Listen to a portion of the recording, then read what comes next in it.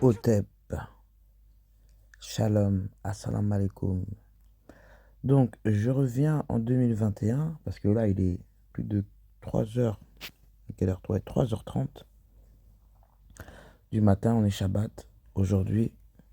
Donc, Allah me montre encore les négatifs, parce qu'Allah, quand il me parle, c'est le matin, mais là, on est la nuit, donc Allah me montre au côté sombre.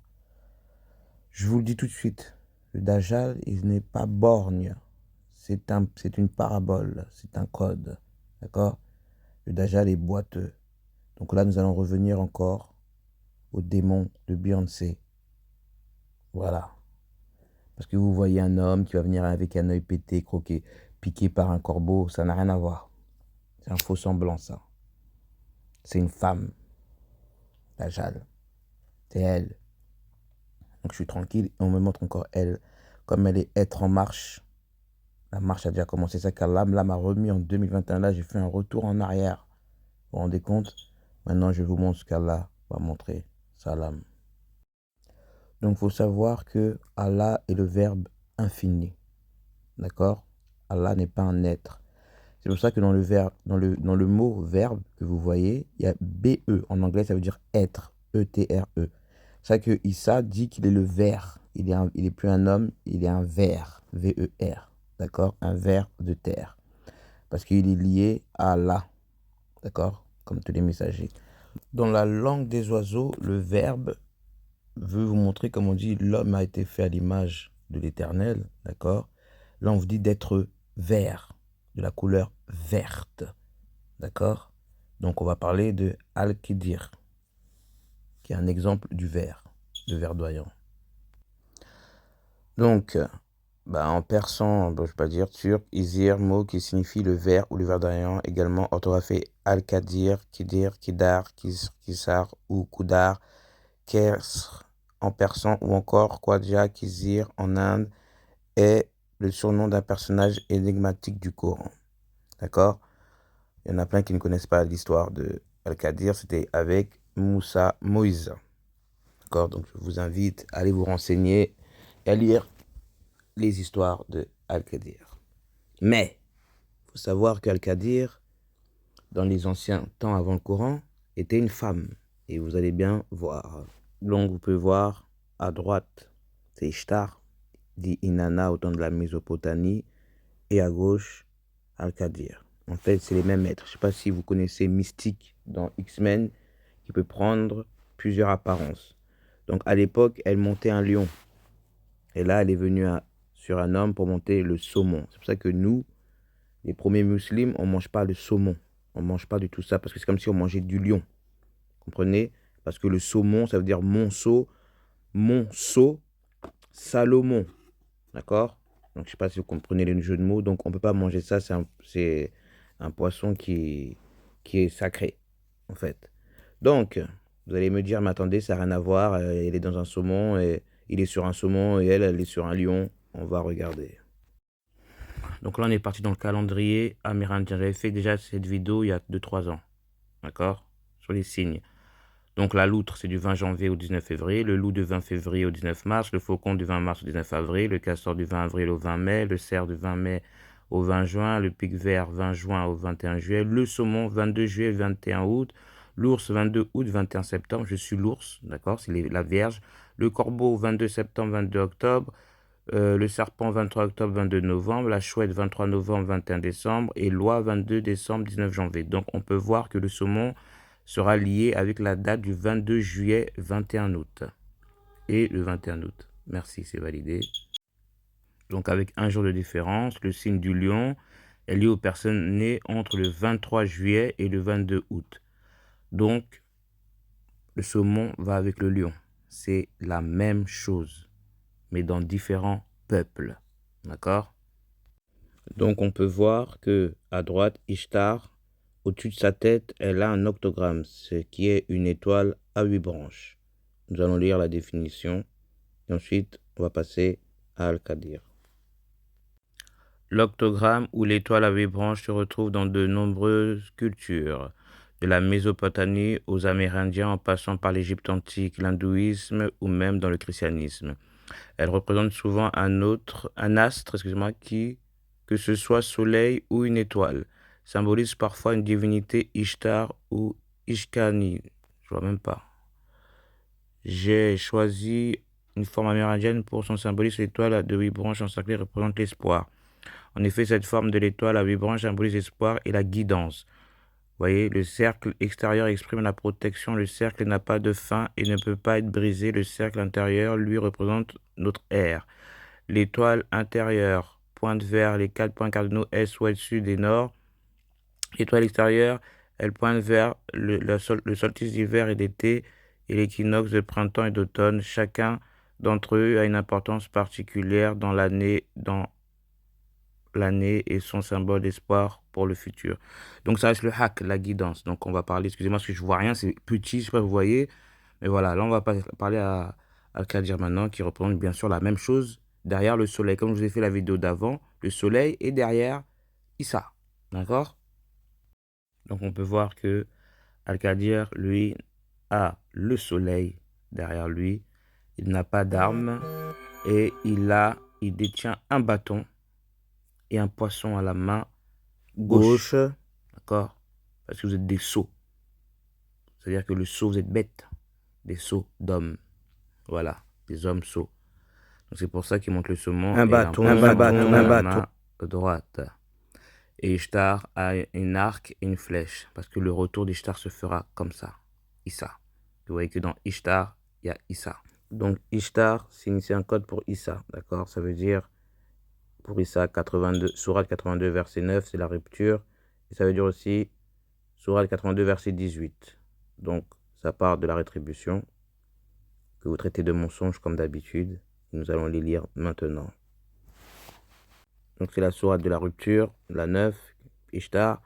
Non, malgré tout, vous traitez la rétribution de mensonge. Et ensuite, c'est la 18. Encore une fois, qui te dira ce qu'est le jour de la rétribution? J'ai mis le 17 parce que c'est répétitif. Et qui te dira ce qu'est le jour de la rétribution? Il faut savoir que quand vous dites rétribution, ça veut dire qu'il y a Ré qui est devant et qui vient chercher les tribus de Sion. Voilà. Donc là, on dit le vers de l'islam. Le Coran, comme la Bible, utilise des adjectifs qui qualifient les objets et le monde sans utiliser le lexique des couleurs que nous connaissons aujourd'hui, mais se référant à des qualités de transparence et des comparaisons, cependant, probablement parce qu'il est plus tardif. Le Coran s'avère plus riche que la Bible dans le langage des couleurs et le vert y tient la meilleure place. Le vert apparaît souvent dans l'histoire de l'islam. On raconte que Mohammed montre sa préférence pour cette couleur revêtue d'un turban vert et d'une tunique blanche, et entouré d'étoffes vertes qu'on retrouve parfois dans les étendards. Un hadith enseignement dit: lorsque l'apôtre d'Allah parvint au crépuscule de sa vie, il était couvert de librabud, excusez-moi pour l'accent, morceaux de tissu vert. On raconte qu'il combat durant la bataille de la Mecque sous une bannière verte ornée de galons dorés. À la mort de Mohammed en 632, le vert devient la couleur de sa descendance et les héritiers d'une couleur familiale après des périodes d'hésitation. Quant à la hiérarchie des couleurs, la primauté du blanc disputée à celle du vert ou même du noir et du rouge selon les courants de l'islam. La période des croisades conduit à une clarification. En effet, les croisés arborent les tenues blanches et rouges. Les 4h32 et leurs opposants musulmans se rassemblent autour du vert. Pour cette raison, les croisés étaient d'avoir du vert sur leur blason, se sentant ainsi protégés des flèches ennemies. En Perse, durant des siècles, seuls les descendants de Mohammed sont autorisés à porter des turbans verts. Toute autre personne s'y risquant est punie. Le vert est également privilégié par l'Empire ottoman qui, au XIXe siècle, teint son drapeau profane en rouge et son drapeau religieux en vert. Ainsi, à partir du XIIe siècle, qu'est-ce que je lis là? Le vert devient, façon unanime, la couleur de prédilection de l'islam. C'est pourquoi dès cette époque et jusqu'à aujourd'hui, le Coran est souvent recouvert de vert et des dignitaires religieux habillés ainsi. Les drapeaux ont repris ce code dans les mosquées. Le vert décore les carreaux de faïence. En revanche, la couleur verte s'est éclipsée des tapis afin de ne pas risquer de pétiner une couleur sacrée. Al-Qird, moi j'aime pas appeler Al-Qird, je dis toujours Al-Qadir. L'homme vert, on comprend d'autant mieux l'attachement de l'islam à la couleur verte sur mesure que cette religion se développe principalement dans les régions du monde arides et soumises à la sécheresse. Un passage du Coran décrit le paradis comme un endroit où les gens porteront des vêtements verts en soie fine.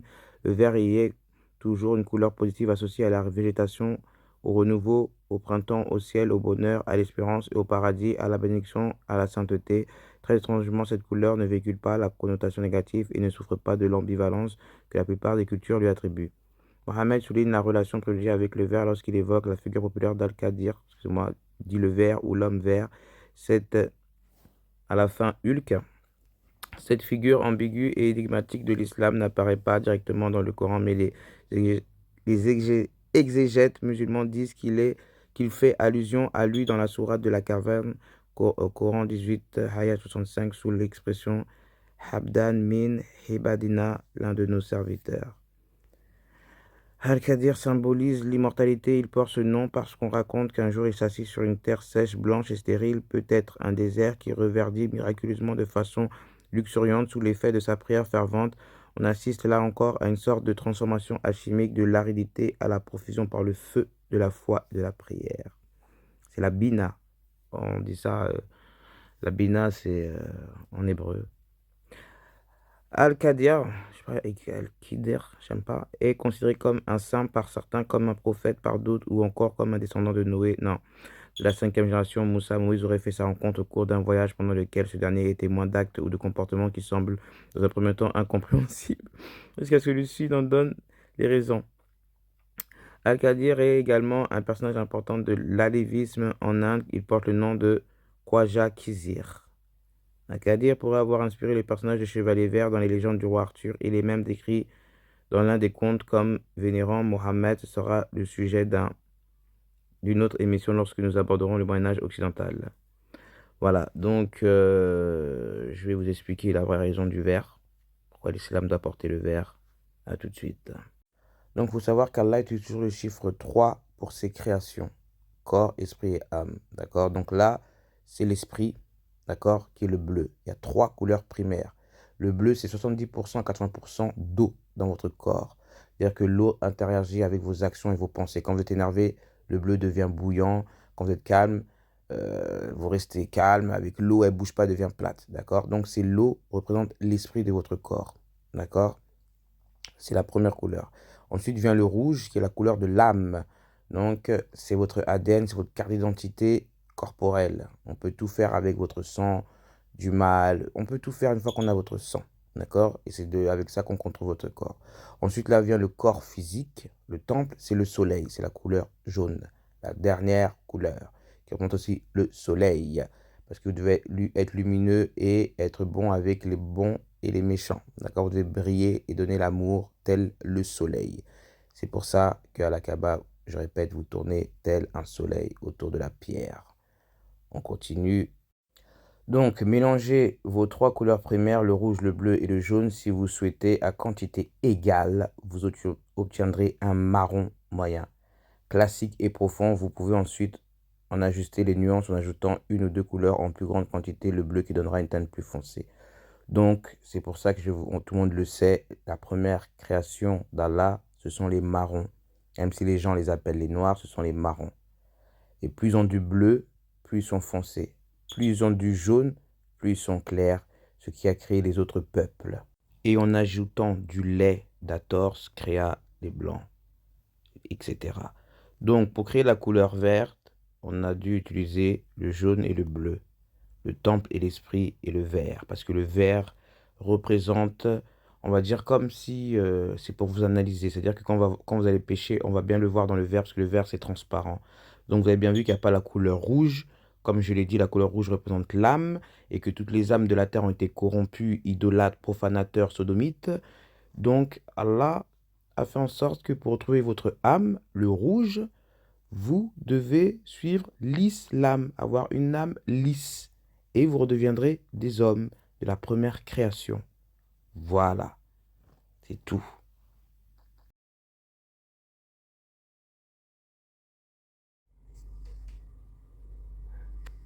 Beyonce is excited to gift you this pair of icy shoes from the Adidas Ivy Park newest drop, Icy Park. Yeah.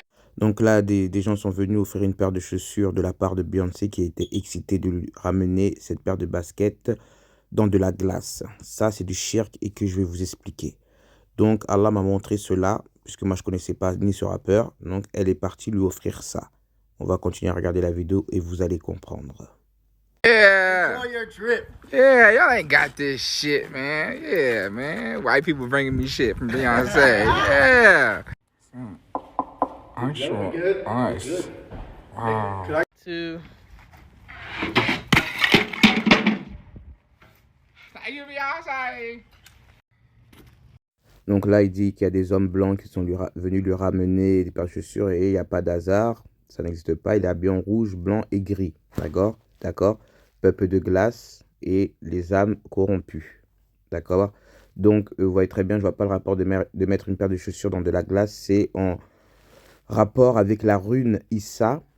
D'accord? La rune viking qui stipule que Issa signifie la glace. D'accord? Damn, I'm special. Oh, shit. I'm special. Étude et symbolique de la rune Issa, bien que représentant un blocage, la rune Issa est également d'une façon d'accéder à la connaissance. D'accord? Déjà, avec cette chaussure, quand il va les mettre, ça fait un peu comme Dorothée, c'est le magicien d'Oz. D'accord? Il devra mettre la paire de chaussures. En suivant notre cheminement dans l'AETA Emdal, nous étions avec la rune précédente Hagalaz face au gardien qui nous barrait la route pour nous mettre à l'épreuve. Avec la rune Issa, nous sommes à présent sur le chemin qui mène à Asgard. Bien que la route soit encore longue, ce chemin arc-en-ciel peut trouver sa représentation dans Issa. C'est ça qu'elle utilise. Elle utilise beaucoup le peuple LGBTQ avec l'arc-en-ciel à l'envers. Ce chemin nous enseigne qu'il est la source primordiale de l'énergie, mais aussi la connaissance. Nous pouvons trouver sur celui-ci un savoir incommensurable, mais pour cela, il nous faudra apprendre, tout comme un alchimiste, la transmutation du figé, la glace, Runissa, pour en faire un élément plus fluide, l'eau.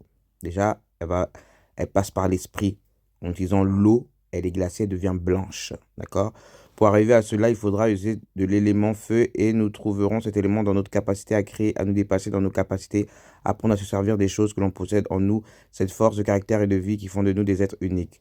Toutes ces démarches doivent être faites dans le calme et la sérénité, sous peine de courir à sa propre perte, car la Runissa n'est pas un chemin facile à aborder. Concrètement, sur un plan humain, la Runissa nous enseigne la patience, la réflexion face à l'adversité. Il faut savoir trouver en soi les bonnes opportunités pour avancer. C'est en faisant une introspective, en regardant des différentes facettes de notre personnalité, comment les mettre à notre avantage pour résoudre un problème, que nous arrivons à nous sortir de cette situation de blocage que la Runissa nous annonce. Dans la mythologie nordique, nous pouvons comparer la Runissa au royaume du Hel.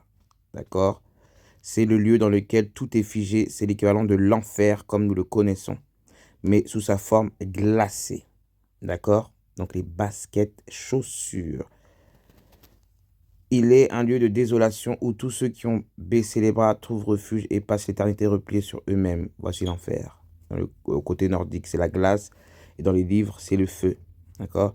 C'est pour cette raison qu'il est important de se laisser prendre en main, de ne pas se laisser déborder, de réfléchir chaque chose avec beaucoup de recul et d'attention afin de ne pas se laisser endormir par cette glace qui veut nous emprisonner. Être vigilant et vif esprit tout en gardant son calme sera sûrement la meilleure façon d'agir avec la rune Issa. Donc, vous voyez bien que même Issa, là, on dit... Issa, elle est prisée du nodin dans toute la langue, elle signifie la glace. D'accord? Donc déjà, pour elle, elle a les codes. Elle a donné par exemple l'allemand Ace ou en anglais Ice. D'accord? Donc elle sait très bien ce qu'elle fait. Okay, go. Beyonce is excited to gift you this pair of icy shoes from the Adidas Ivy Park newest drop, Icy Park. Yeah. Enjoy your drip. Yeah, y'all ain't got this, man. Yeah, man. White people bringing me from Beyonce. Yeah. Ice on ice. Wow. Two. Thank you, Beyonce. Damn. Yo, Adidas just sent me some kicks and they're literally icy, as in they're in a block of ice. This is from Beyonce. This is collaboration for Ivy Park. And look at that. Like, it's literally in a block of ice. Like, this is plastic, but that's literally ice right there. These are pretty insane. Shout out to Beyonce in Ivy Park, because this is sick. So I'm about to take these outside and break them apart because I need to get inside and try these shoes on. Yes, I'm ready now. Then close your eyes and tap your heels together 3 times. And think to yourself, There's no place like home. There's no place like home. There's no place like home. There's no place like home. There's no... Vous avez vu, la vidéo d'avant, elle disait, il n'y a pas de place comme le home, la maison. D'accord? Et lui, il a mis le home, que je vous dis, le rond, le home, la maison. Donc, ils ont pris toutes ces vibrations et les ont mis maléfiquement. Et là, vous pouvez voir qu'ils portent la tête du Dajjal de leur gourou. C'est lui. C'est lui, il est là déjà. Et il a donné son spectacle le 20 août 2021. D'accord? Le jour de la Saint-Bernard, qui veut dire l'ours. Donc, il vient en tant que vierge. Il représente la vierge qui s'est cachée pour marcher comme Moïse sur la terre divisée et le public représente la mer.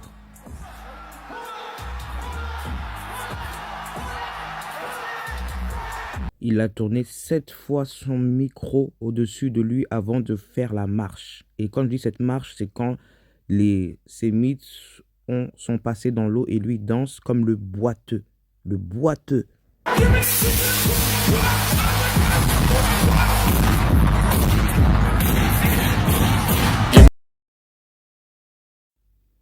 voyez, là, il tourne. Voilà, il marche. Il arrive vers eux. La main, 1, 2, 3, 4, 5, 6, 7, 8, 9. Et hop, un petit tour encore sans l'aiguille d'une montre. Voilà. Et les gens, ça y est, il a pris la vibration de Dajjal. Voici un cône. Vous avez bien vu. Et maintenant, quand vous retournez un cône, ça porte une glace. Ça porte Issa. Donc, on voit très bien que c'est une pyramide à l'envers. D'accord? Donc, ça la représente. Elle est la pyramide à l'envers. Maintenant, il faut chercher la glace. L'antichrist qui va venir se poser sur elle. N'est-ce pas?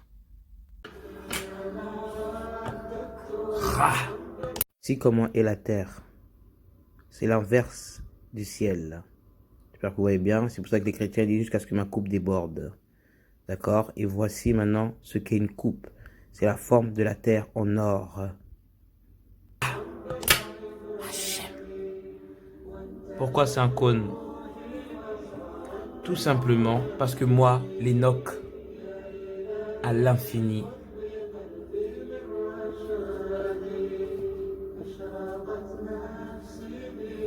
Enoch, j'ai tous les secrets de l'Éternel. Élevé est ton nom, Éternel. C'est pour ça que la terre est un cône. Maintenant, je vais vous montrer pourquoi il y a la pyramide. Sur cette terre, voici 4 points.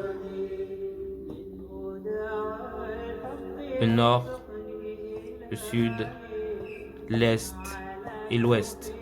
Tac, tac, tac, tac. Et au-dessus, l'Éternel. Voyez, l'Éternel. Donc, des 4 coins de la terre, quand vous êtes appelé l'Éternel, voilà le triangle. C'est simple comme bonjour. D'accord? Et maintenant, quand Shaitan, qui était le chérubin, était à ce niveau-là, au 4e, il vous a mis la séparation. Donc c'est ça, les Illuminati. Ce n'est pas le triangle, c'est la séparation. Vous voyez? Cela n'a rien à voir. Et ici, vous pouvez bien voir en image la séparation. Et en haut, il laisse l'illumination de l'Éternel. C'est avec les séraphins, nous qui sommes fidèles à l'Éternel. Et eux, c'est la séparation qui vont prendre le monde des hommes, des humains sur cette terre. Voilà, les Anunnaki. Voilà. Et ici, ce sont l'Éternel et moi, l'œil qui voit. Je suis le chien d'Israël. Et ouais. Donc ça n'a rien à voir aux pyramides. Les pyramides est une fonction que je vous ai montrée. Donc, pyramide, c'est un code. D'accord? Pyramide, c'est un code. Ok. Comme je vous l'ai dit tout à l'heure, le nord, le sud, l'est et l'ouest, tac, tac, tac, les 4 coins du monde. D'accord, une fois que vous serez tous réunis au même moment, terrain ou invisible, céleste ou spirituel. Il représente aussi 3 éléments